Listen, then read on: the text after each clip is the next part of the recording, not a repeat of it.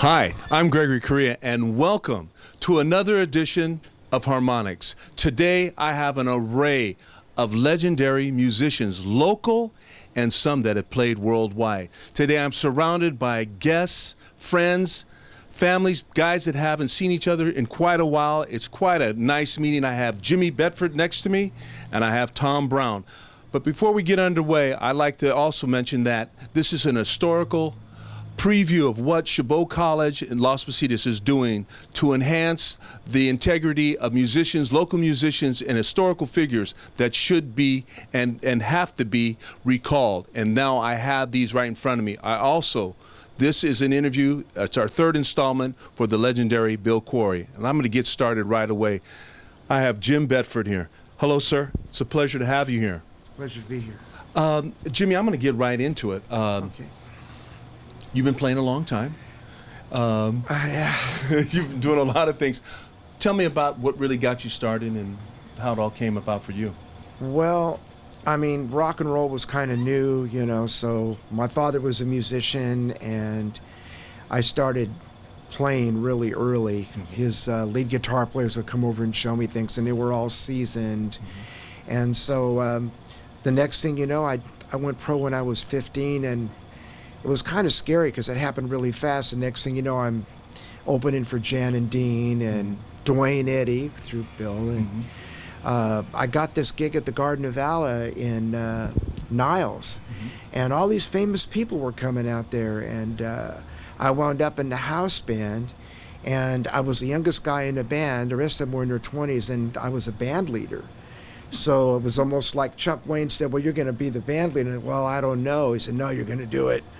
You know, so the lead singers generally became the band leaders. So I was lucky to be in there. Tom Donahue had a broadcast out there, and they would have like Dick and Dee Dee and, you know, people like that. And the next thing you know, this guy Chuck Wayne would have a TV show every Saturday at Jack London Square. Well, I worked for his brother Chuck, and Jack had the Dream Bowl in Napa. So sometimes I would go there, but I was on television every Saturday publicizing it, and there was like 2 sets, and I'd see all these country people. I really didn't know how important they really were going to be, because I just liked rock and roll mainly. But I got the gig playing country on Saturday night, but the next thing you know, Johnny Cash is coming out, Jerry Lee Lewis. It was just amazing to see that Gene Vincent was bartending. Unbelievable. And there, and you know, he sat in, and it was just an amazing time. I was real lucky. I think it was lucky. It was new. I practiced. That's all I did was just play guitar and sit in my room when I first got it. So it paid off, even though my relatives thought there was something wrong with me. Hey, you know, the reason that we're all here today is Bill Quarry. Tell me about what Bill Quarry meant to you, or what he did for you, or what he means to you even today. Well, he actually got me started. That was the very first gig I had before the Garden or anything. My mom was a car hop at Gordon's Drive-In down the street here, and Bill used to come in there with his buddy Gary, and I guess they were going to college. So the next thing you know, I'm playing at the Moose Club in Castro Valley every Friday night, I think maybe it started.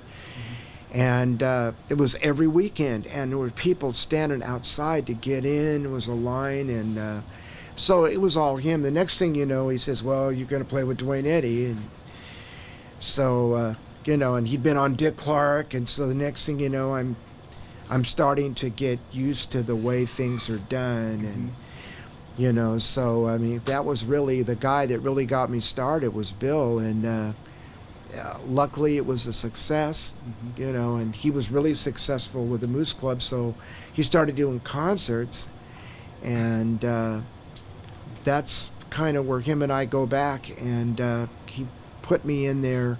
I think I did some stuff at the fairgrounds in Pleasanton. But that was like the very beginning of my career. Bill started it, really, because that was my very first, I would say, important gig, you know, like where I'm playing every weekend, and people are coming to see me in my band, and God, it was just amazing to see that many people come in. And you're still influencing a lot of people, young guitar players. You teach voice and you teach guitar, and it's so great just having you right here. I'm going to switch gears and I'm going to go to Tom Brown. Tom, it's good to see you also. It's first time, first meeting. First meeting. Tell me about yourself and give me a little background about what you've done in the past, and then we'll go the same kind of format with Okay, well, I suppose the most of the people here, I didn't start out as a musician.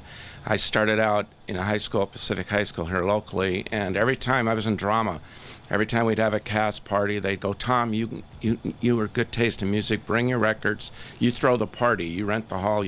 So everybody chip in $2-3, and at the end I always had 10 or 20 bucks, and I go, this is maybe I'm onto something here, you know. And I would tell everybody I'm going to buy more records, but I already had the records and everything. And then I met a band. These guys wanted me to manage them, Psychedelic Circuit, and I put them in the Battle of the Bands at Pacific. And I was a judge, and I'm managing the band. Of course, there's a little, you know. So Mark Razar's and the Misanthropes and the Circuit were a very good band compared to all the other bands there, except for the Misanthropes, where they're all dressed scraggly and they're all like anti what I expect of music. My guys were razor cuts and wore the nice vests and all that and do the songs just like it. They'd come out screaming and yelling and throwing stuff around and dancing, and the crowd went crazy. So my band wins first, not because of me really, because the other judge and the Misanthropes. So I went up to him right after the thing, said, I'm going to manage you guys. Who the hell are you, you know? And I introduced myself, and one thing led to another, and then guy hired both bands and me to throw a dance in Hayward at the IDS Hall, and he wanted it on the weekend, the last weekend of the summer before school started. And I said, that's not a good weekend. Everybody's gone. Nobody's going to be in town. No, we know what we're doing. You're just a kid. And I was 18 at the time. So they threw the dance. First night, 3 kids show up. 3 kids, and they rented the hall for Friday, Saturday, and Sunday because Monday's a holiday. So the guy comes up to me, the 2 partners, and says, we got some good news and bad news for you. And I go, what's that? And he goes, hands me these keys. And I go, what are they? And he said, lock up the hall when you leave because we're going. And I go, okay, I'll see you tomorrow night. No, you don't understand. You want to have the dance the next 2 nights, and Sunday, whatever, you can do it. The dance hall's yours. What do you mean mine? We paid for the rent, we paid for the guards, we paid for the insurance. We're not paying your band though tonight, the bands. We're not giving you any money for it. And I go, what am I supposed to do? So I sat down and talked to the guys, and they go, well, we'll work really reasonable. We'll do the next 2 nights, see what happens. The next night, I cruised up and down East 14th in the back of my Triumph Spitfire with the giant stuffed doll, because I'd seen it in the movie Where the Boys Are. They cruise into Las Vegas with that giant stuffed teddy bear, and I had a sign painted by hand, you know, girls free, dance IDS Hall. So it's getting dark, and I go, we got to get back to the hall. And I drive up, and I could not believe it. There was a line of kids around the block going each way to get in. Awesome. Boys, $1, girls free. Of course, so there's 300 girls, there's going to be 600 boys. And that's how it took off. So originally, my biggest competitor and the man I disliked the most in the whole East Bay was Bill Quarry. He's throwing dances. He's throwing dances with 2,000 and 3,000 kids at the roller arena, and I'm packing my little place with 500, which was great. But I kept thinking, I'll get that guy someday. So every time we'd have a fight at the IDS Hall, I used to buy tickets for the roller arena, and I'd give them to the guys when the guards would kick them out. Go to the roller arena. Here's some free tickets. Start your trouble down, which they never did. I mean, that never really happened. And then my band said, we want to play the roller arena. That's the big venue. Now, a lot of people don't realize at this time, the biggest 4 promoters in the Bay Area were Al Manning and Bill Quarry, number 1 and 2, or 2 and 1, whatever way. Bill Graham was next, and Chet Helms was under that. And if you think of Al Manning, Bill Graham, and Chet Helms, what do they all have in common? They were asses. They were crooks. They were asses. Bill Graham died owing me about $600 in commissions. He never played. When that plane crashed, I got on my knees, started crying. I'll never get that money now. But no, seriously, the difference between Bill Quarry was he was basically a very nice guy. He was a very nice guy, and that worked to his positives in some facets, but in this business, negative in a lot of facets. So that's how I got associated with Bill, and we ended up doing this and that, a lot of little different things together. Now he's probably my best friend from the old days, you know, and he was my biggest competitor. And that kind of sometimes happens. I don't know, how old were you, Bill Mills? 27, 28? I was 18. I was just turned 18 when I started. And I often think back, God, if I would have only been 26 or 7, been a little more streetwise to what to expect, because they played so many shenanigans and tricks on you. And, you know, if you were 2 minutes late, the band, they, you know, guys like Manning, they wouldn't pay you. You started well, your sound guy wasn't ready, but they always had the excuse. They always had the upper hand. And you needed them more than they needed you. So they knew that, and they exploited it a lot, which I could never really do. I just couldn't do that. I love music and musicians, and even though a lot of them aren't really nice people, you know. But my real talent was not promoting, was not managing. It was a walk in a club. If I heard Jimmy Bedford's band, within 3 songs, I could tell you who the best player in the 5-piece was, the second best, down who's the weak link in that band. And I often said, I wish I could grab that bass player from this band and put it with that band. They'd be hot, but they might not click. You want to be a general manager almost. No, more of a producer. Okay. Probably a producer was my real talent, and that's probably why I always picked good bands. Thing I wouldn't make it today. I can't understand how some bands make it, and they sound horrible to me, but they're popular. And back in the day when Jimmy was playing, the bands that were popular were good. Oh, yes. They either were original, did their own thing, or they were a cover band. And I don't mean a cover band, they kind of did the song. You'd walk in the club and you'd go, oh my God, you know, somebody's here. And then you go, oh, it's that band. Because no band played Frenchies or Roll Arena and did covers that didn't sound like the group. Now it's different. Bands go out and they make fun of the old songs. They're doing it, laughing at it. Musicians in those days didn't do it. They had a list in their head of 80 songs. You could show up at the hall, you know this one, no, you know that one, yeah. And they find 20 songs they could do, and they sound like they rehearsed for months. Right. It was amazing. Nowadays, doesn't happen. Could never do that. Could never do that. Thank you, Tom. You're welcome. You know, well, look at, I got Jim, I got Tom. They gave you a lot of history. We're going to make a little bit of a change. We're going to bring some other musicians up, and just give us a little time, and we'll be right with you. Now is our time to work as one. To create something beautiful. To start again. To ease a burden. To provide hope where there was none.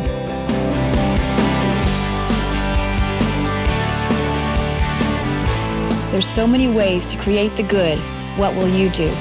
Start creating the good by visiting iparticipate.org. While right now, I'm in the midst of some legendary musicians. It's an honor to be here with them. Peter Wheat and the Breadmen. It is absolutely amazing to be with these guys. So I'm going to get started real quick. I'm going to talk to the bass player. And Bob, how are you, sir? Can you state your name, your full name for us? Bob Birdwell. Bobby, you played a long time with Peter Wheat and Breadmen, or about 2-3 years? Well, from the beginning until we moved into the Peter Wheat show band, you know, the whole time. How was that time for you when you were playing back in the day? You know, it was incredible. Unfortunately, I didn't pay attention as closely as I should have back then. They say if you remember the 60s, you weren't really there. And that was true of me. So what kind of gigs, where was some of the shows that you went to? Where did you play at? Give me a highlight show that you played at. You know, probably the one that stands out in my mind is probably the Paul Revere and the Raiders show at the Oakland Civic Auditorium. Just not because it was the biggest or the most well-known group. They were pretty well known at the time, but it's just that's a show that really stands out in my mind. When I think about our experience, that was really kind of the ultimate. How old were you at that time when you opened up for them? Yeah, I was probably 16, maybe 17. Wow, what an honor to open up with Paul Revere and the Raiders. Oh yeah, it was. You know, to be backstage with those guys. Pretty amazing. It was an amazing time. I'm going to change it over. Let's delegate over a little bit. Del, you were the keyboard player. Well, I was towards the end. Okay. I started out with a group called the Apollos about the time that Peter Wheat started here at Hayward. We changed our name to the Soul Vendors, and after that group broke up, I knocked around for a while, and I think it was, about 1966 maybe, that I hooked up with you guys, and then we morphed into the Peter Wheat Show Band. My recollection, I wasn't at that Paul Revere show. My recollection of being a keyboard player in association with Bill Quarry was being on the same stage as them over at the Laurel Arena. And how was that? It was incredible. To think that Bill Quarry, as you were saying earlier, was one of the the biggest promoters in the Bay Area to get, I think it was the first American tour that them had. For Bill to have gotten them and to showcase them here just down the street was incredible. And to be on that same stage was an honor. I idolized their keyboard player and played all of their songs, and so that was a high point for me. What a unique experience. It was incredible. Do you remember anything about Van Morrison in particular at all? No, I don't. He was, as I recall, kind of kept secluded for a while and then pulled out on stage when it was time to come on board. We were obviously up front before they came on.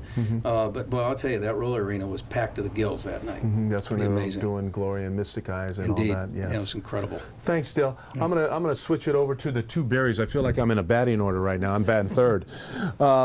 I'm going to go with Barry, who's behind me. Barry, how are you, sir? Hi, how are you? I'm wonderful. It's great to be around you guys. Give me a little take about your experience with Peter Wheat and just how you guys are. I mean, you guys are still friends, obviously, but tell me about your experience. Well, first of all, you talk about highlights, and boy, we had a lot listening to Bob there. He's bringing back some more memories that I kind of forget about occasionally, but one of the highlights actually was the first Them show that we played for. And I guess the reason why is because as big as they were, their lead guitarist, Jim Armstrong, was not too big to sit down and jam with me while the rest were socializing in that. He was actually teaching me how to play his songs, and it was just a big thrill. And he even allowed me to use some of his equipment. He had a device called the tone bender we had never seen over here in the U.S. I guess he had first brought it over, and he said, "Take this and try it, see what you think." And I just couldn't believe it that he could be that big of a guy. Did you guys? After that show, did you guys have any contact with those guys after that, or was just kind of just? We did. I remember another job we did with them, and same thing. Jim sat down with me, and we just jammed away before time to go on stage, and it was great story. It was just great. Yeah. And Van Morrison, one of the interesting things I remember about him was. He had the ability to run across the stage and do a flip without any hands on the floor or anything. I couldn't believe that little guy could do that. He's one of the few people that were about my height. So I did feel some sort of a connection. But in addition to that, it was the first time, when you're playing like that, you want to try and come across as being professional. Yes. But I broke down and I asked the guys if they wouldn't mind signing a poster for me. So I still have the original Them poster with everyone's autograph on it at home. Excellent. And I just can't tell you. And on Bill's behalf here, I'd just like to say that at that point in time for us, I saw Bill as he was the gateway to the rock and roll business. And it was the first job we did for them, opening at the San Leandro Roll Arena for the Turtles. And we had a little name change process we were going through, and that was the night we met Barry Carlos and his team, and they shared with us their vision for the future, and from there it was history. We became Peter Wheat and the Breadmen. Wild. Thank you so much, Barry. You're welcome. I'm going to go to Barry, and Barry got some historical things in front of him. He got, the CD, of course, but he also has some 45s. Barry, welcome. Thank you. Good to be here. It's a pleasure to see you here. Thank you so much. Tell us about some of your experience. Tell us first about some of your experience, or tell us what you got in front of you right here. Okay. This gentleman just brought over some 45s, and this particular one here is a Peter Wheat's 45, which consistently we were talking about. It goes on sale for like about close to $1,000 on eBay every time it gets on there. There's only like about, I don't know, a handful, maybe 10, 20 copies left. Wow. And Bob has one. Yeah. I don't even have one. I produced it. But anyway, yeah, that's a great memento. And this is probably one of my records way back when the Nightcaps, which became Peter Wheat. And then we decided to go into management, and we hired Bob and Barry and Dale and Chuck and Terry, and they became Peter Wheat. This here is a new CD collection, a box set that just came out, produced by Alex Paleo, put together by Alex. And this is really great. It's Music City, Ray Dobart's company. And it starts at about the 1950s through the 1970s. And the Nightcaps, I feel very privileged that Alex chose one of our songs to be on this box set. Beautiful And package. this is really, it's a beautiful, gorgeous package. Historical, and hopefully Alex will see another nomination and a Grammy for this one. Most definitely. Tell me, now you took a long journey. You had a long journey to get up here today, didn't you? You took a... Yeah, it's pretty long. Yeah. About 5 hours, not too bad. But it was the snow that we were a little worried about. You know, tell me, Barry, tell me your take on Bill Quarry. Well, Bill Correa, to me, has always been the man. Yeah. Everybody talks about the Roll Arena, and I remember the Moose Hall. And we didn't play the Moose Hall as the Nightcaps, but they don't talk a lot about the Carpenter's Hall. But Bill had the guts to have dances on a Sunday night. And he would pack that place, honest to goodness, you can't believe how many people would be there. And so that's where I started with Bill, was at the Carpenter's Hall with the Nightcaps. And then he hired us to open Frenchies. We were the first rock band to play Frenchies. And then What a palace that was back in the day, huh? When you played Frenchies, that was, you're in. You're in. You know. Yeah. You did pretty good. Well, thank you, Barry. My pleasure. Once again, like I said, look at these guys coming here for this man right here in back of me, Bill Quarry. And I want to thank you guys. You guys are musical legends in my eyes. I wish you long life and health, and thank you for coming on Harmonics. Keep your family safe. Improve your gas mileage. Extend the life of your tires. How do you do it? Check your tire pressure once a month to keep them properly inflated. So just check it, California. A message from Cal Recycle.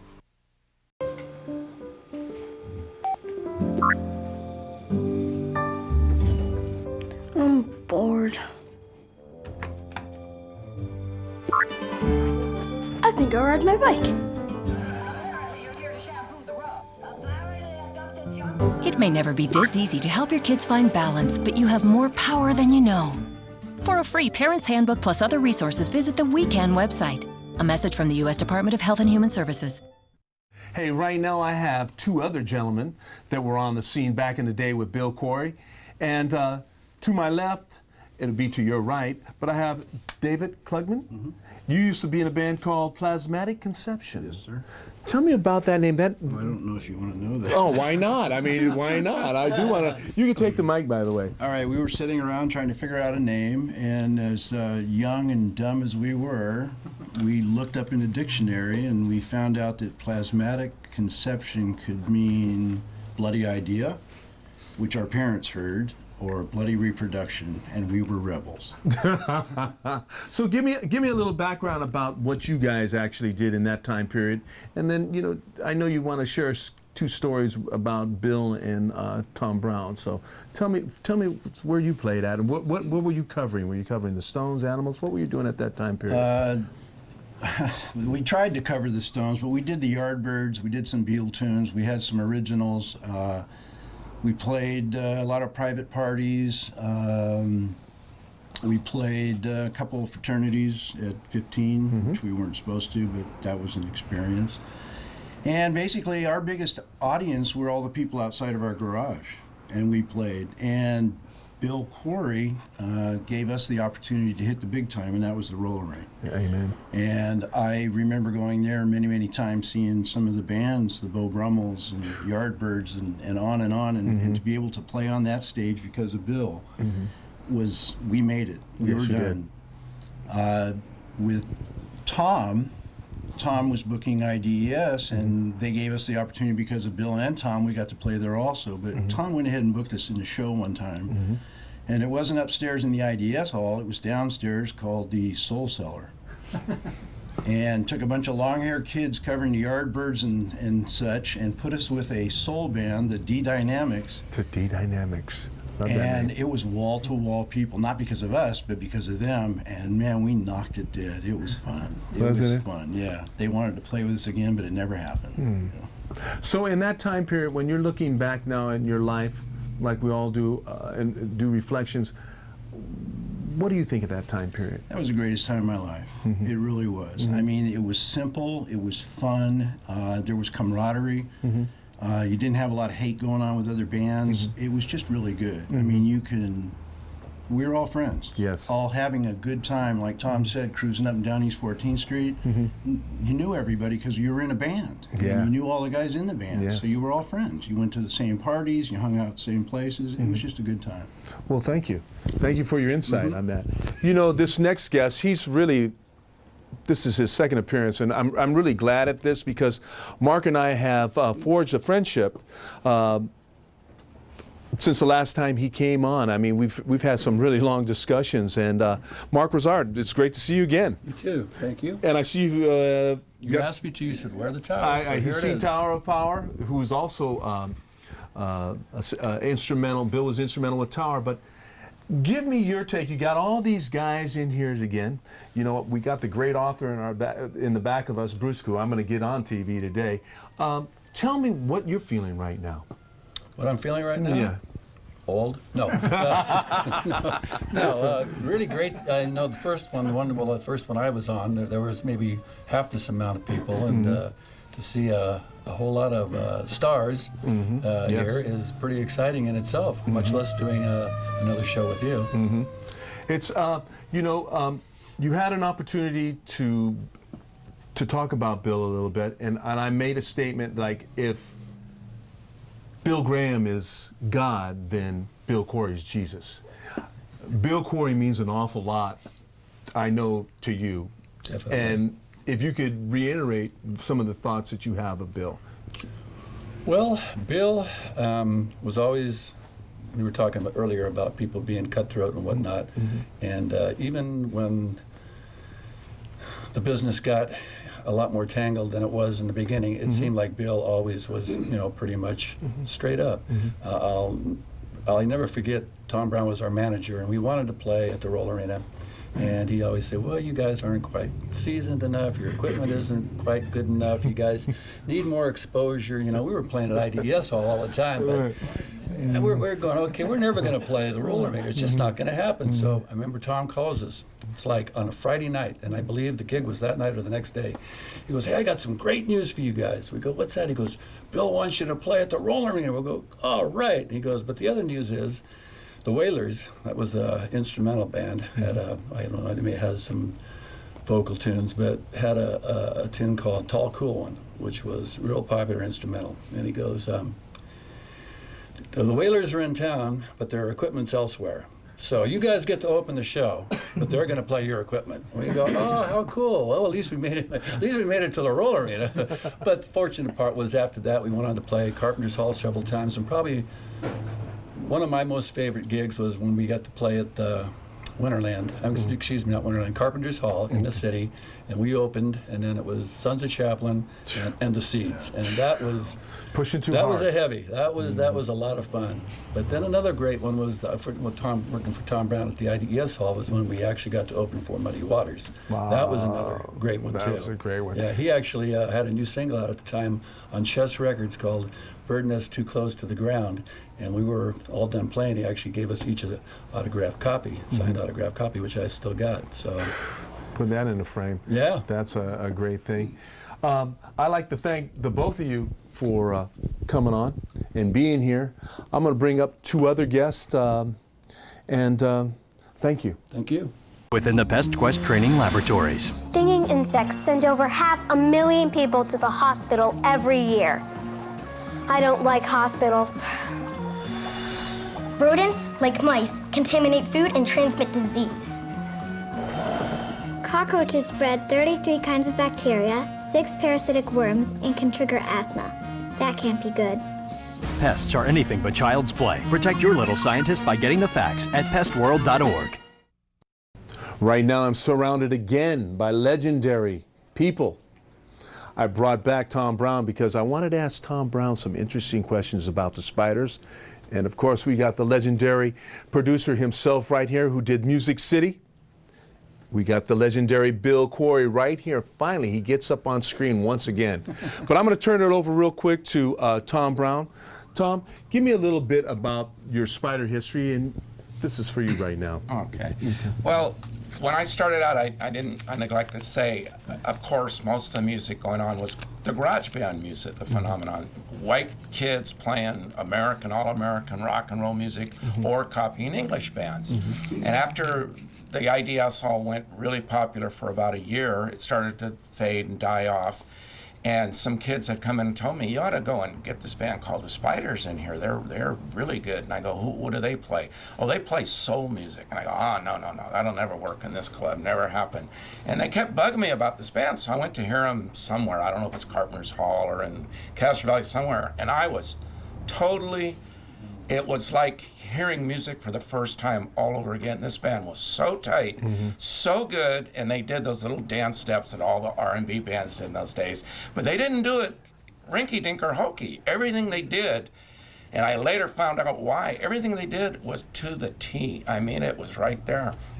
So I went up to them and introduced myself, and no, we don't want nothing to do with the manager. We've had bad luck. Everybody rips us off. Well, let me get you a few gigs. I won't charge a commission. See if I can get you in some good places. And they threw a couple things at me. If you can get us to play here or here, then maybe we'll let you manage it. And of course, one thing I did in that day, I was so young and stupid, I was persistent. I wouldn't give up. If I thought I could do something, I had kept going after them. I would wear people down. I'd bug them so much. They, oh, it's Tom Brown again. I could hear the guy hand it. Don Ryder would hand Bill it's that Tom Brown guy again. Here, you talk to him. And I would bug people till they finally caved in. And finally, I came up with this idea. The Spiders were so good, why aren't they playing with big-name black groups? So I called these promoters from LA who were bringing the Temptation, Four Tops, Smokey Robinson concert here. And the Spiders are playing Lucky 13 in Albany. And I said, I have this band. Well, who are they? And the guy says, no. I'm sorry, they might be good. I don't want to insult you, but white musicians will never open for Smokey or the Temptations or any of those groups. I said, I'll tell you what, you and your partners come down and I thought it's a big show. I'll buy you dinner. If you don't like the group, I'll buy you dinner. I'll go. He says, kid, we don't need your money for dinner. But I'll tell you what, we'll show up and listen to the band and go from there. They came in and the guys go, I close my eyes and I open my eyes. I close my eyes and I can't believe those are white kids doing this stuff. Nevertheless, they opened at the Oakland Coliseum, the big one for the Temptations. They opened for Gladys Knight. They opened for the Four Tops. Never got a dime, but it was so worth it. After that, that band went from $200 and $300 gigs to $2,000 and $3,000 gigs. Wow. I mean, overnight, and everybody goes, they are the hottest band in the Bay Area except for Sly Stone. I went to Bill's ex-partner, Rich Romanello, Winchester Cathedral, and heard Sly Stone, and I had to agree. Sly was amazing. But the Spiders, Sly knew him. I mean, these guys all knew each other. They knew who was good and who wasn't. He goes, yeah, I have friends go out and hear your little band, the Spiders, and they're a pretty good little band. They were a damn good. They were good. They were ahead of their time. They did some fabulous things, but with everything, their drummer, Mike Tacker, got drafted in the Army. If he hadn't got drafted, they might have been the first East Bay group instead of Tower, who I was managing at the time under the name of the Motowns, was the Spiders' backup group. They would call up in this high school, we're having our senior ball, we want the Spiders, what's your budget? $3,000. They're booked, but I can give you the Motowns for $1,500.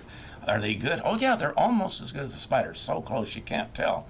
Okay, the Motowns, and that's how I got started associated. And speaking of the worst group I ever heard audition for me was the original Tower of Power, the Motowns. They were so horrible, but the kids liked them and laughed at their songs because they did all this shtick. They played My Ding-a-Ling by Chuck Berry.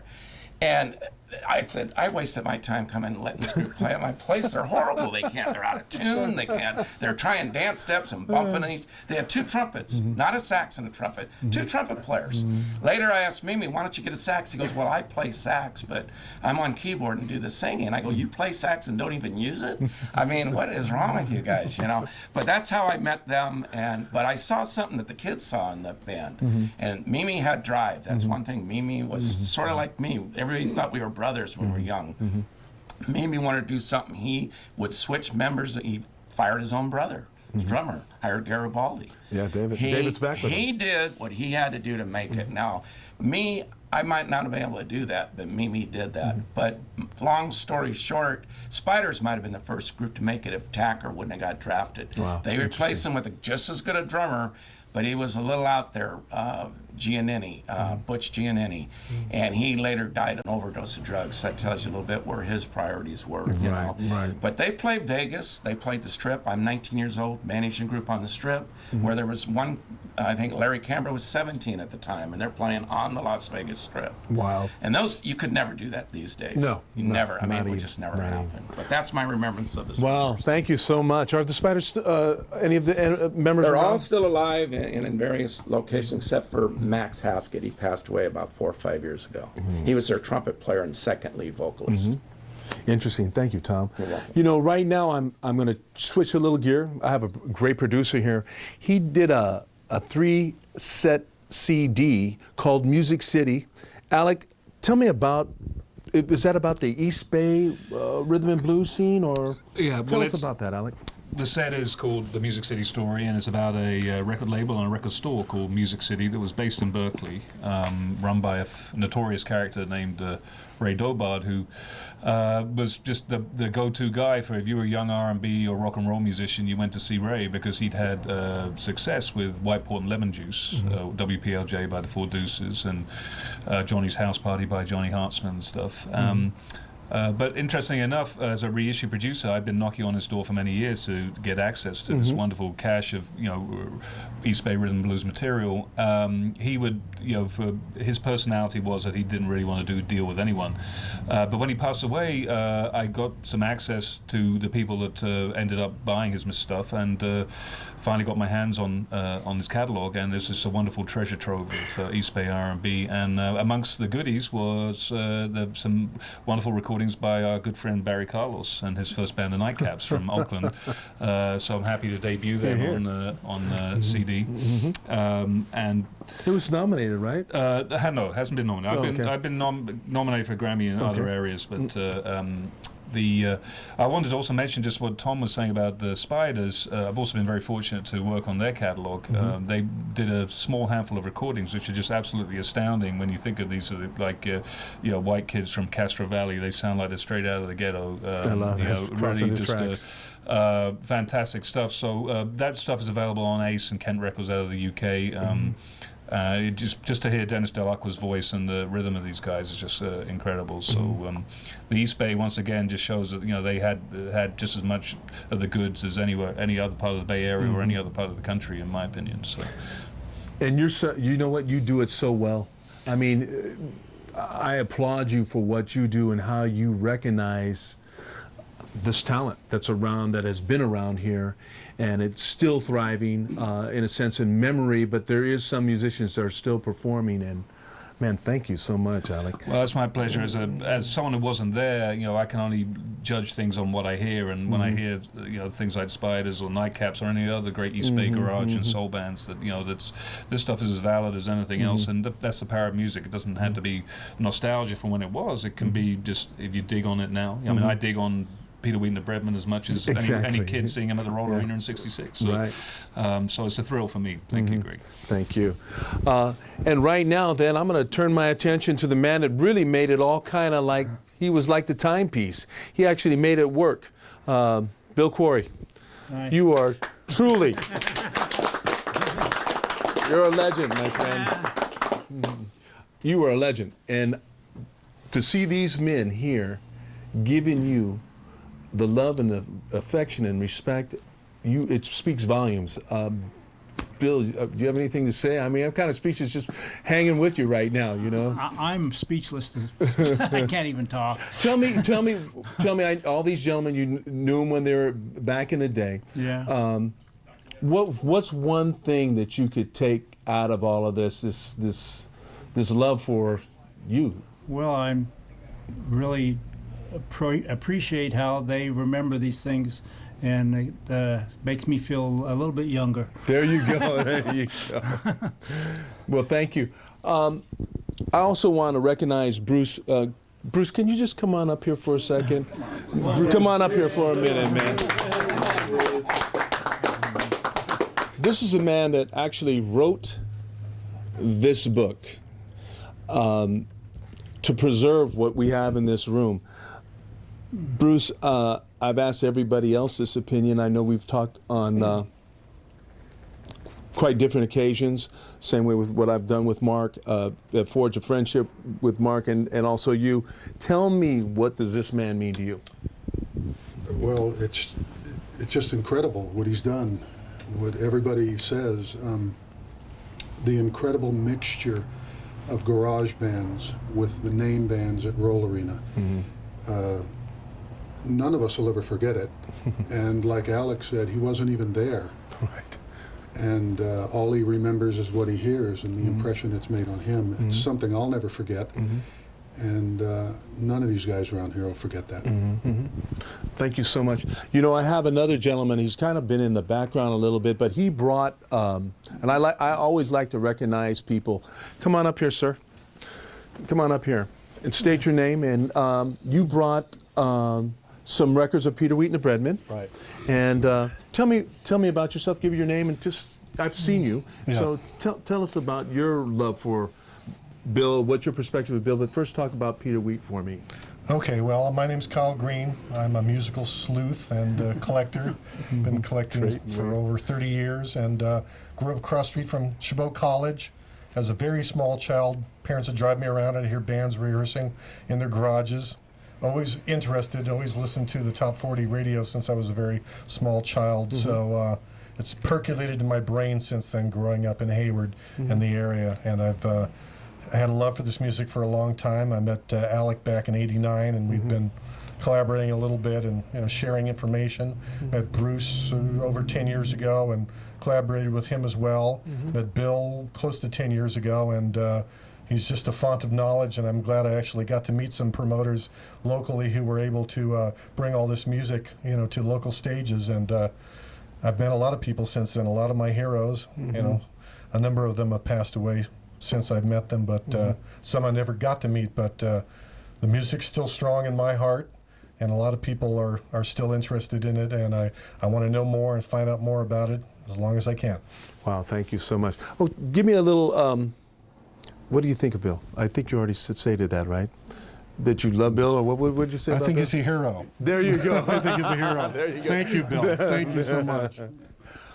Well, that is it. Again, this edition is, God, it's heartwarming to be around these guys. The vibe that these guys have, they keep the music alive. That was here in the 60s, 70s. And to have this man here still with us today is an honor. Alec, Bruce, all the crew in the back, I want to thank everybody that made this possible, and thank you, gentlemen, for being here today. It was an honor and a pleasure once again to be with you guys. Thank you. And we'll be back with a new version of Harmonics very soon. Good night.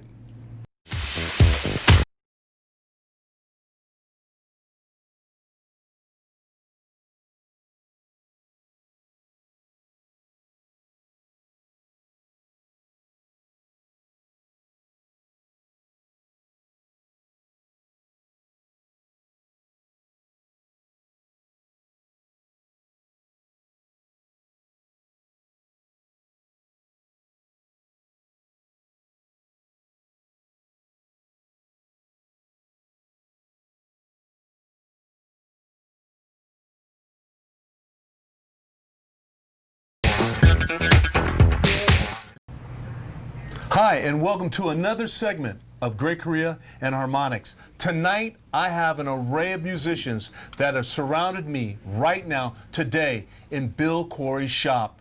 It is probably one of the most emotional and great moments in my life to interview these musicians who really were trendsetters back in the day. And they are still, to this day, playing music. Right now, I'm going to have a gentleman next to me, Bob Manning, talk a little bit about, and he is with his guitarist, Dana, and Dana will also talk about, you are the new Fenderman? Yes. But you used to be called Stanley and the Fenderman. You got it. Well, here, I'm going to hand you this mic. Give me a little bit of spill on that. How long have you been playing, actually? I started playing in the 5th grade. I used to play trumpet, but then I ended up getting cancer in my lips, and so then I picked up the drums when the music director called, and they said the drummer was sick for a for the grammar school, and he showed me how to pick up the sticks and play. And then from there, it just took off. I loved the drums after that. You know, you guys were in a very, very great young group back in the 60s. It was Stanley and the Fendermen. Yes. And you guys, tell me a little bit about that. What actually made you get into that? Well, actually, Dana started the whole band, so when you get over to him, he can explain how the whole band started. We're going to get over to Dana in a little bit. So you were the original, are you the original drummer? No, they had Ralph Medina. Ralph Medina was the original drummer, and the guys heard me play and they wanted me, so that's how we got in. That's how I got in. So hey, I'm going to take it over to Dana. Okay. And you'll still be here but we're going to go over to Dana because All right. Dana, since Dana was the original, and thank you for telling us.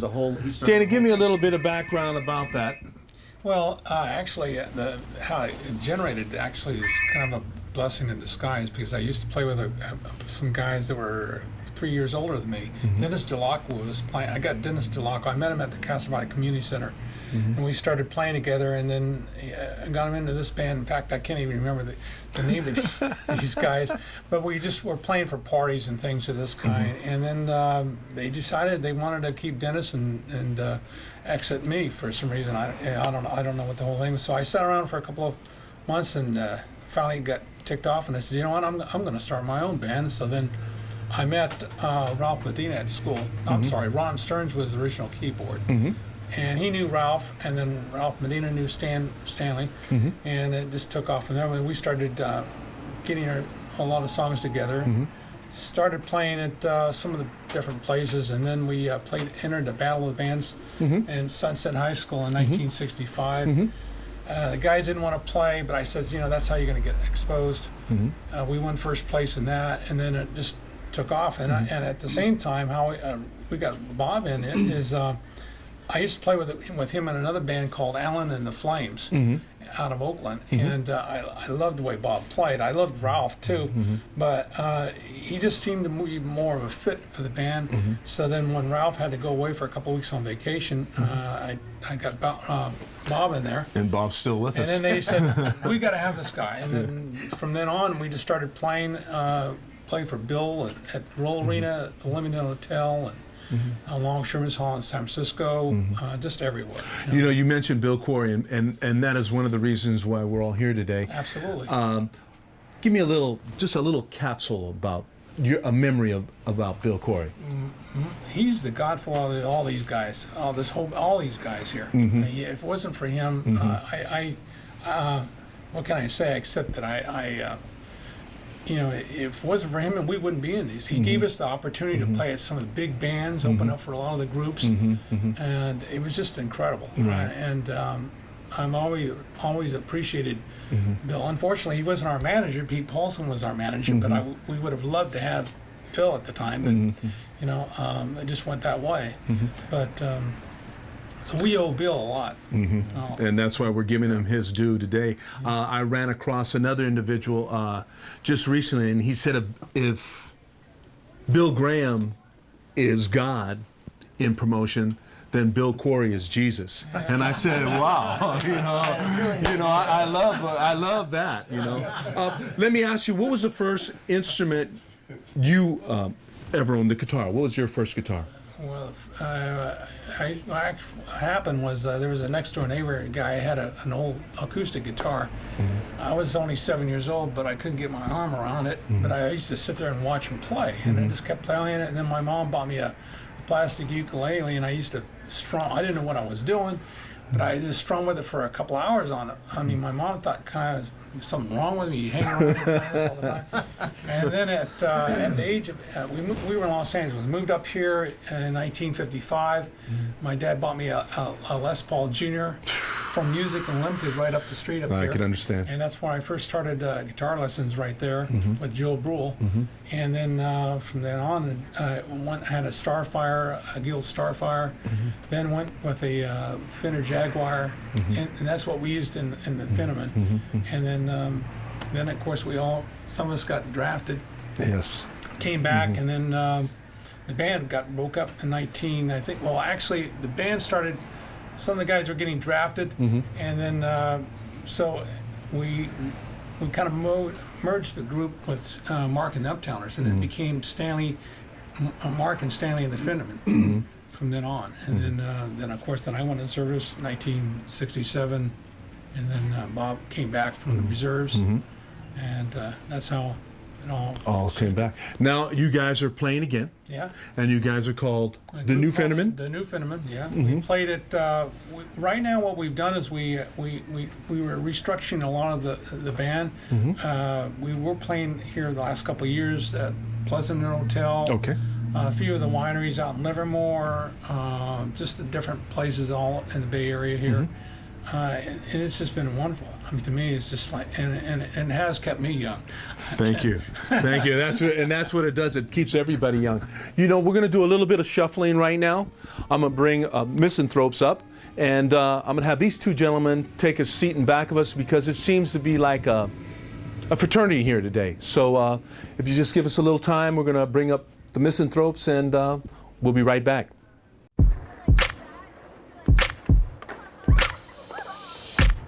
Plant inspiration.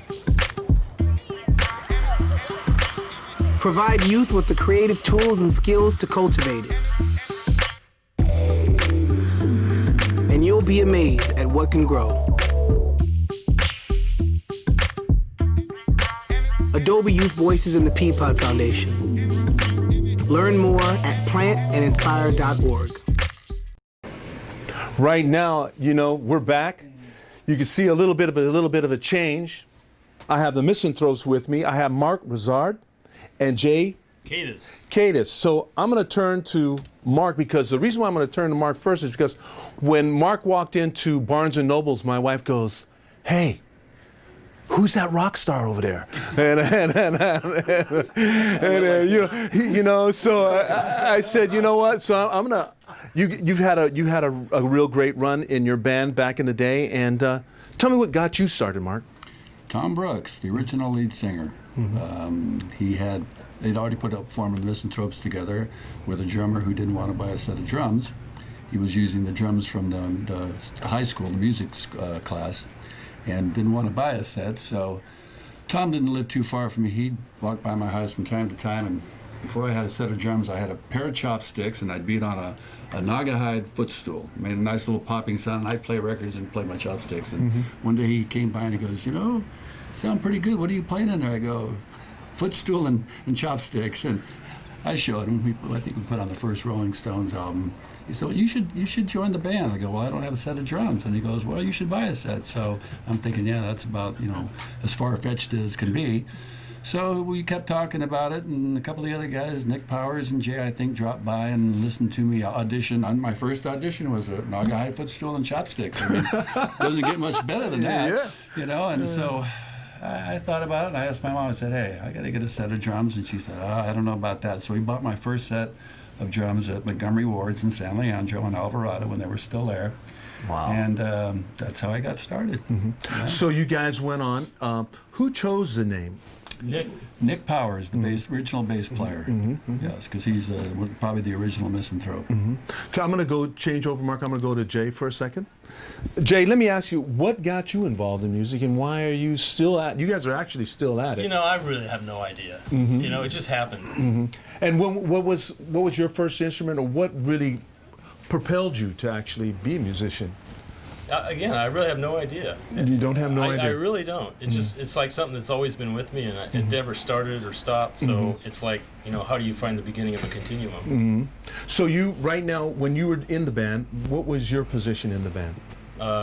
Vertical, upright. No, I know that. Most of the time. But what was your I guess I was the lead guitar player. And what did you play on at that particular time? Guitar. I understand that. Oh, what kind? A Fender Mustang. Okay. And what was your amplification? Oh, that went through a number of stages. Deluxe reverb, pro reverb, and kept getting bigger and bigger because it was never loud enough. Oh, I love that. And then, what was some of your, as a guitar player, who was some of your influences, guitarists? Well, you know, Keith Richards, obviously. But Amen also Jeff Beck, Peter Green. Well, Muddy Waters, since we played with That's where him. all the fountain Yeah. comes from, is from him. You know, so that was your guy. So when you were actually performing as a band, what was like your set list like? What was the color in your set list? Who were you doing? What were you doing? Mostly Rolling Stones, some them, some Yardbirds, and an occasional smattering of Beatles. When you said Stones, throw me a couple tunes that you did by the Stones. I could see you being a Well, key pretty feature. much anything on their first 5 albums. Are you still performing now? Yeah. You still, and what are you performing as? What's the band? Well, I do a lot of studio work, and I also hook up with some of the bands that I produce. So I end up just sort of filling in here and there. And I have a band that's been together 20 some odd years, and we're still hanging in there a little bit. So, you know, a lot of different. Are you playing anywhere local at all? Right now? Yeah, I mostly play around where I work, which is Stanford University. I've been working with some professors from the Department of Comparative Literature and Foreign Languages, who decided they wanted to make music to get their students interested in reading the classics. So they wrote songs about Moby Dick and you know, all kinds of literature like that. Then they came and said, "Hey, well, could you record some of these?" And it just got more and more involved. And so after a year now, I'm sort of doing gigs with them, and in addition to all the other stuff. So. That's really cool. The printed word and the music. Just think if we all went to school, when we went back in the day to school, if it was music being taught to us, because we could actually remember those lyrics so well. Mark, I wanted to turn to you again. Are you still playing? Are you doing anything at this present time at all? I'm still playing, but I'm not currently playing with a band. We had a form of misanthropes all the way up till 2007, and then Tom Brooks, our original lead singer, passed away in December of 2007. It's hard to believe it'll be 3 years next month. And that kind of put an end to that chapter of the music. Our bass player then went on to play with another band who he's currently with, and that's his gig, so we don't have him anymore either. So I've been going to the local jam sessions. You know, there's jam sessions all around town, Tuesdays and Thursdays, various places. And I never have my drums down unless I move them. They're always in my music room. So I was going to say I go play with myself, but I won't say that I go play my drums. I understand. But I'm as into it as I can be at this point without actually having a band, which is something we're currently considering. So I'm keeping my fingers crossed, but if not, I'll continue to go to the jam sessions and sit down in my music room and play my drums. There you go. I'm gonna ask the question that I asked the other two gentlemen from the New Fenderman. In a capsule, I'm gonna ask you both this same question. In a capsule, tell me about Bill Quarry. What Bill Quarry means to you? Well, Bill's like Dad. He was the dad. I remember when I first heard the name and saw some of the promotion, it was like, this guy's bigger than life. And Tom Brown was our manager back then, and we kept asking Tom, get us a gig with Bill at the Roll Arena or elsewhere. And I don't know who was procrastinating, Bill or Tom, but eventually we did get a gig at the Roll Arena. We went on to play there 3 or 4 times, and we played at the Longshoremen's Hall with the Sons of Chaplin and the Seeds, and we played. You're pushing too hard. Pushing too hard. Yeah, that was an exciting. Yeah, first time I met him, he was just what I always liked about Bill and still like about him now. He's just approachable, very nice guy, real laid back, and even though he was as big as he was in the day, he never acted like, well, hey, I'm cool. It was always all about running the show and keeping the musicians happy and having good music. And I'm really glad to have been a part of that era and run around with people like Bill Quarry and Tom Brown and some of the other folks that hadn't been for them. Yeah, hadn't been for them, don't tell them where we would be. Jay, I'm going to pose the same question. What is your feel of Bill Quarry? Well, I really have always thought that had Bill Graham not picked up when he did, that it would have been Bill Quarry. Most definitely. That everybody knew, and it really should have been, frankly. That's kind of my take on it. So right now we're going to do another bit. We're going to do a musical chair thing. Thank you so much, gentlemen. Thank you. And I'm going to bring up some other musicians. There's always a moment. The moment you decide to get involved, to get engaged. This is my American story. When you teach someone to read, they have a sense of self-fulfillment. Seeing family, friends fall victim threats of gang violence, drugs. It definitely made me want to serve. There was a hole in the ground, and by the time we left, there was a house. I realized that these kids were not getting a meal. It is so easy to give back. I don't have a lot of money to help people, but I do have something. I have time. You can give any skill you have. Get up and do something. Just imagine how strong a society we be. Every one of us has a role to play in making our communities and our country stronger. Discover yours. Help us continue to make a difference in the life of our nation. Go to serve.gov and find the opportunity that works for you. And this message is brought to you by the Corporation for National and Community Service. While right now I'm surrounded by another two individuals who used to play back in the day. I have Ken Sims from the Just Six, and I have Walt Dutchover from Crystal Garden. These two guys I've seen play, but the gentleman to my right is a guy that I've had the pleasure and honor of opening up shows with him. Ken Sims, you're a great guitarist. Thank you very much. I'm going to give you the mic and I'm going to let you hold it, and I'm going to ask you some questions. Thank you. The Just Six, what made the Just Six who they were back in the day? Well, the Just Six immediately had a sound that other bands didn't have. We were so fortunate to have really good musicians. We had, in my opinion, one of the best drummers that ever came out of the East Bay, Sal Sicardo.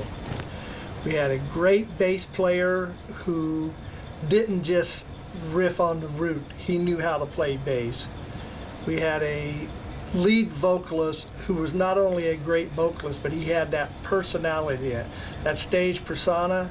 And then we had the Cantrell brothers, absolutely one of the best rhythm players, Mick Cantrell, and probably the only keyboard player in the area who really knew how to play the keyboards.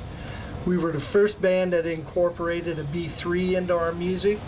We were the first band that I can recall that carried our own PA.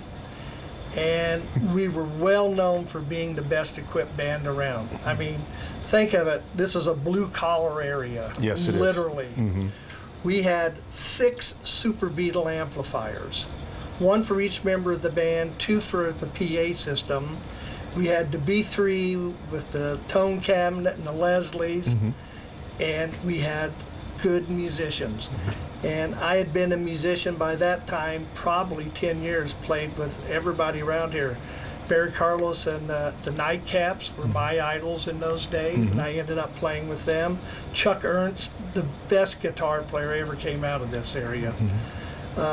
Jimmy Cicero, played with him. And the Cantrell brothers were my neighbors, and they were literally kids. I've known them since they were 2 years old. Wow. Our fathers came out of the Navy and settled off Tennyson Road in a set of tract homes that had 3 streets. And that was the entire South Hayward. At that time. That was it. There was nothing. I mean, we went to the store and charged groceries, walked to Tennyson Elementary, Tennyson High School, and that's where we all met each other.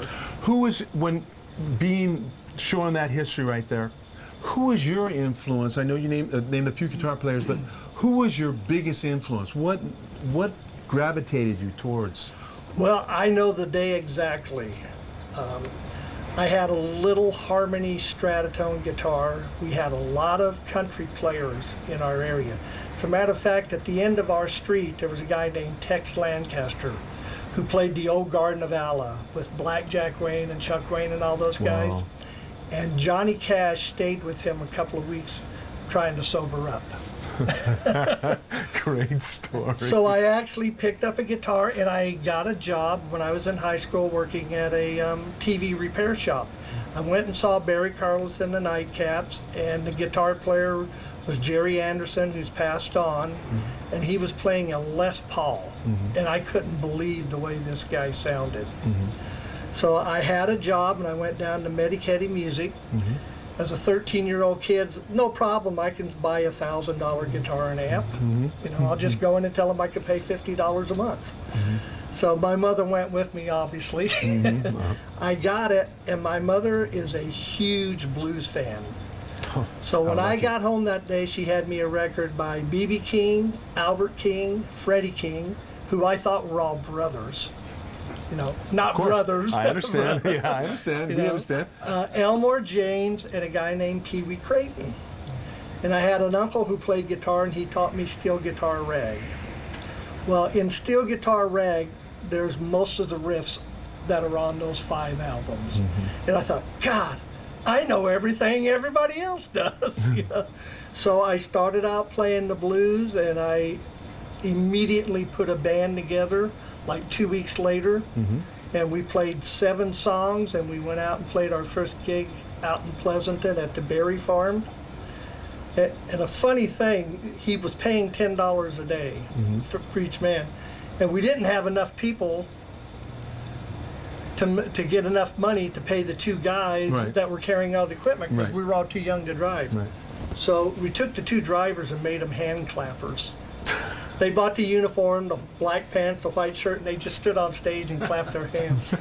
So we got the money to pay them so they would carry our equipment. So I started off as a businessman immediately. There you go. Ken, I'm going to ask you, because we're going to go over to Walt. Are you still playing today, obviously? Yes, I am. Yes. What is your band? Today it's called Sims. I was in Just Truckin'. We did a couple of movie soundtracks, toured all over with all the major groups, and then we became... Well, excuse me, first we were Truckin', and then we became Just Truckin'. We had some of the members of the Just Six in the band for a while. Thank you. Thank you. I'm gonna go over to Walter here. Walter, you were in a band called Crystal Garden, weren't you? Yes, sir. All the time when I think of here, you could hold the mic, sir. What influenced you? What got you into music? I read a little excerpt in here. Was it during the time of the Beatles getting to Ed Sullivan, or exactly. what was it? The Beatles. Okay. The Beatles. And you did. could explain. That was the big impact. What did it make you feel like when you seen that?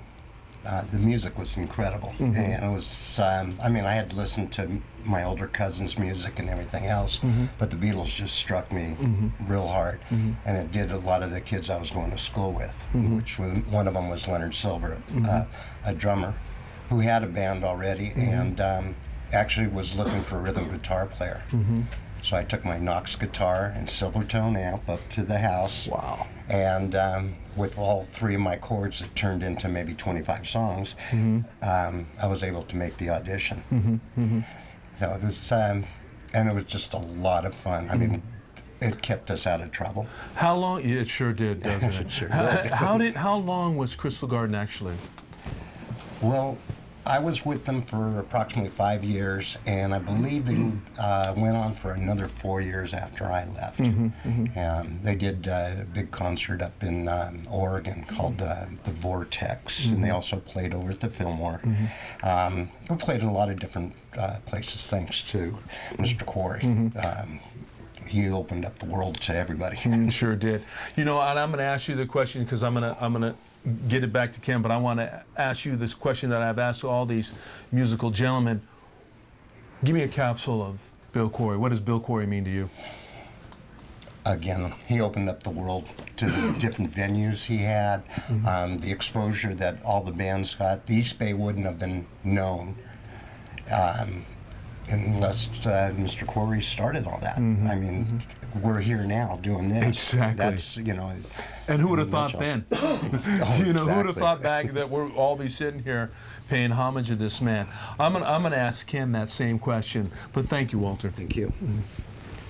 Ken, I'm gonna ask you that same question that I've asked everybody. What does Bill Quarry mean to you? Well, we knew immediately when we started having some success that we had to hook up with Bill, because Bill was the man. And I knew Barry Carlos, as I said, and Barry and Bill were close friends. And I talked to Barry, said, hey, we got to get a job with Bill. So Barry was playing for Bill at the Carpenters Hall in Hayward, so they booked us. So we're there playing, and I can't remember Castro. I can't remember Bill Castro. Bill Castro. The union rep comes walking in. I like. Yeah, and he goes, where's your guys' union contract? And we go, huh? And Bill goes, Ken, where's your union contract? I go, I don't know what you're talking about. You're playing at a union hall and you don't know what a union contract is.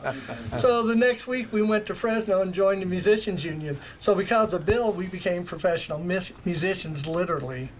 And every good show was around. Every big show that I can remember, the Yardbirds and all these people, them.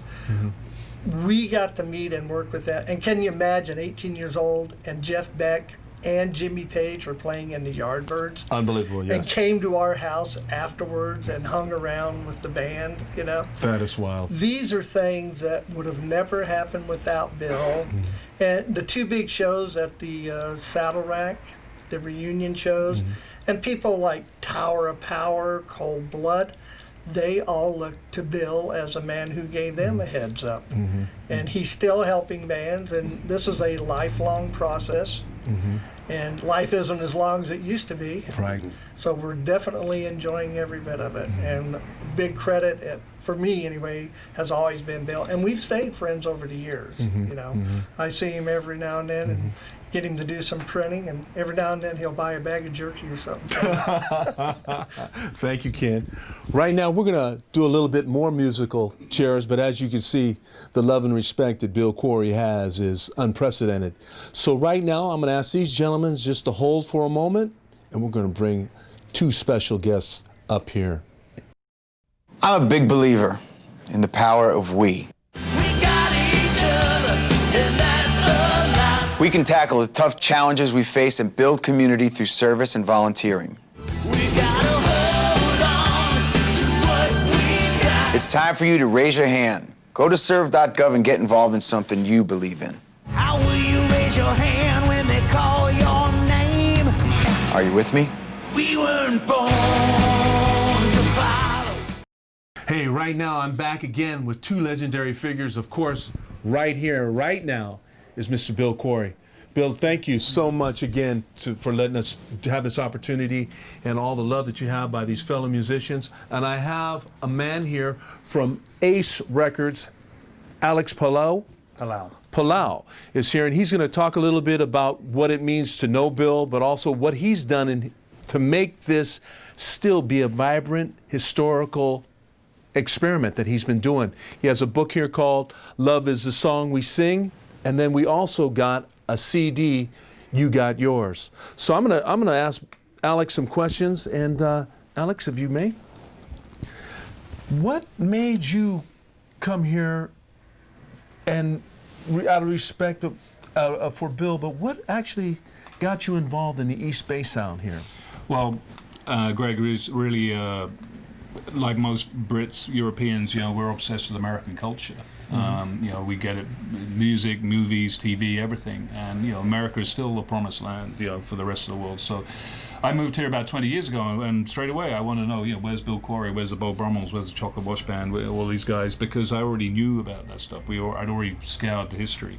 So I made a point of seeking out Bill, and the more I got to know him and find out about history and speaking to a lot of the musicians, such as we have been earlier, found out what an important guy he was, and I can sort of see the bigger picture in the, you know, you have to have these enablers, people that make it happen, create scenes, and you have to have, I mean, of course, you know, Bill Graham and Chet Helms from the Avalon, all those guys, they get the sort of historical kudos, but I know, having researched, that Bill was just as important in his day, and, most definitely. And he, you know, he created a circuit and an environment for bands to kind of thrive, and of course, you know, that all kind of coincided with the baby boomer thing and the Beatles, the British invasion, that just rush of, like, you know, hormones translating into, you know, teenage rock and roll, which for younger people like myself that weren't there, you know, all we have to judge it on is the music, the records that survived, and the, you know, the photos, the images, and we're just in love with it because I grew up in the late 70s when it was disco, you know, and I look back at the 50s and 60s and think, you know, what, you know, incredible. What, you know, I, not that I wished I was born then, but it's like, why can't I have something as cool as this? You know, it's, I mean, I'm sort of a child of the punk rock generation, so I had a little bit of excitement, but it didn't have the innocence and the joy that the 50s and 60s obviously had, and that's, to me, it's a thrill every time I hear records from that time or talk to the guys in the bands and everything. That's communicated to me. So you happen to help produce this this CD. You got yours.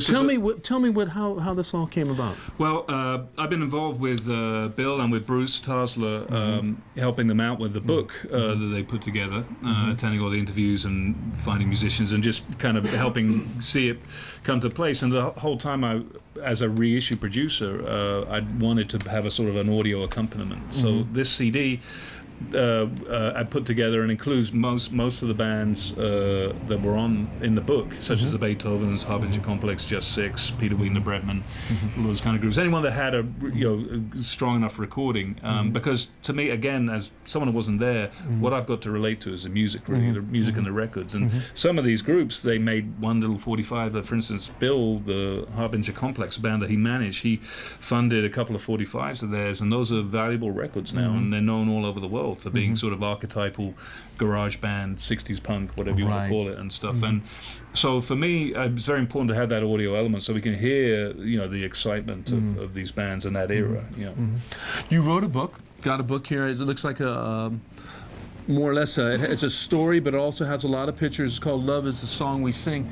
How did this all come about, and how did this book right here? Well, this set is it's actually Greg, a 4 CD box set. I wanted to design it as a sort of a book with a lot of information and photos and stuff. Basically, I put this together in time for the 40th anniversary of Summer of Love, whatever you call it, a couple of years ago in 2007, because I knew there was going to be a lot of nostalgia for that particular sort of anniversary. But I also knew there'd be a lot of cheesy tie-dye kind of, hey, the 60s, blah, blah, blah thing, which as a student and a fan of that era, I've always, I know that's not the truth, And I really wanted to pay respect to the musicians of the Bay Area. And so I put together this package, which Rhino Records very kindly made it so we could put something really classy together with photos and stories and good audio and stuff. And I'm very proud to tell you that after it came out, it got a nomination for a Grammy in the historical category. Excellent. Which it didn't win, but to get the nod is nice. Won. And so, but I look at it as a Bay Area musicians one. They all got, everyone on here got a, Bill produced a record on here, so Bill is a Grammy-nominated producer. Way to go, Bill. He played tambourine on it, so he's a Grammy-nominated tambourine player. So you actually have a love totally for the American culture. West Coast, because it's a lot of it's here. Obviously, well, all of America. I mean, I love soul and R&B just as much. Next month, I'm off to Muscle Shoals in Memphis to go digging in the vaults down there too. How lucky! But because I live in the East Bay, I have a particular sort of loyalty to the musical history of this area. In a capsule, what does Bill Quarry mean to you? Well, Bill, as I've said a little bit earlier, Greg, he is the enabler. He's the guy that made it happen by creating an environment for bands to be able to play and thrive. And the thing about the East Bay scene that was different to San Francisco was that the East Bay scene was a lot more real. The sort of the kind of fancy light show freakiness wouldn't have necessarily held sway in this side of the Bay because it was blue collar working class people. They love soul and R&B as much as the British Invasion stuff. I think Ken said that about being a blue collar worker, right? And there's a real kind of a authenticity to East Bay music, and Bill, along with Tom Brown and Pete Paulson and Larry White and a lot of the other guys that were sort of movers and shakers at that time. Bill was the king, and he could have, if he wished to pursue it, he could have been as big as Bill Graham if he wanted. I mean, but Bill's too much of a nice guy. He's not cutthroat enough. Which you kind of have to be in the music business, as I'm sure you know. Yes. And so really, but if you look at it from a historical point of view, Bill Quarry is the guy that made it happen for so many musicians. So many. Well, thank you, Alec. In closing, I would like to thank Bill. I'd like to thank an array of musicians, historians, author. Bruce, will you stand up just so we could just say hello to you for a second? This is the man that also makes it happen, Bruce Tuchler.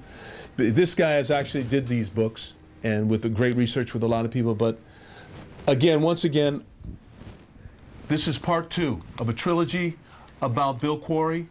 We hope to get more musicians in. I am totally humbled to be in the presence of all these fabulous, young, and vibrant, still musicians. God bless y'all. Thank you so much. This is Gregory Correa from Harmonics. We'll see you again.